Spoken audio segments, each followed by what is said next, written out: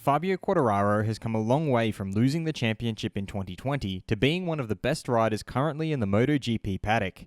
He has taken that title away from Marc Marquez, whose injuries have kept him mostly sidelined since 2020. Fabio has now spoken about his progress to DAZN.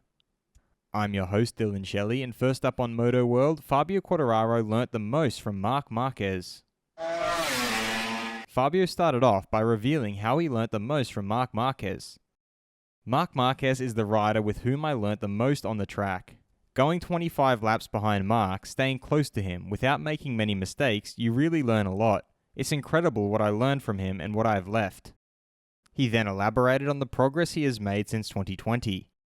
I gained more experience. When I was leader in the standings and had 2 points more than Joan Mir in 2020, I thought about the championship. On the other hand, from last year onwards, I started thinking about winning every race and I didn't care so much anymore. Irrespective of whether I am 5 points or 35 points ahead in the championship, what I want is to win.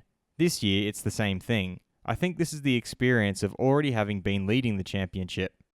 He signed off by speaking about who his chief rival in the championship is. My rival? Before the start of the year, I would have told you Pecco. Now in the last few races, he has lost a lot of points, but I'm sure he'll be there in the second half of the championship.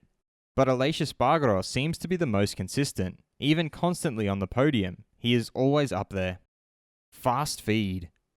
Honda's Marc Marquez is happy. He can now move his arm even if he still cannot move it in a completely natural way.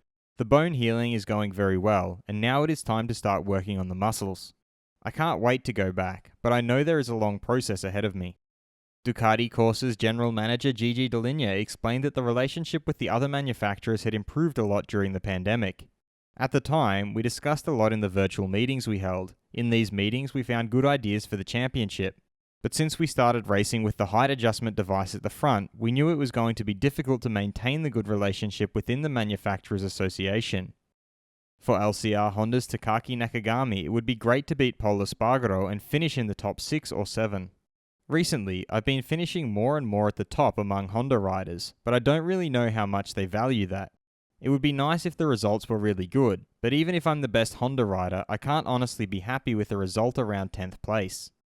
Mooney VR46 rider Marco Bezzecchi feels that the best way to continue the work is to try to do the best in every race.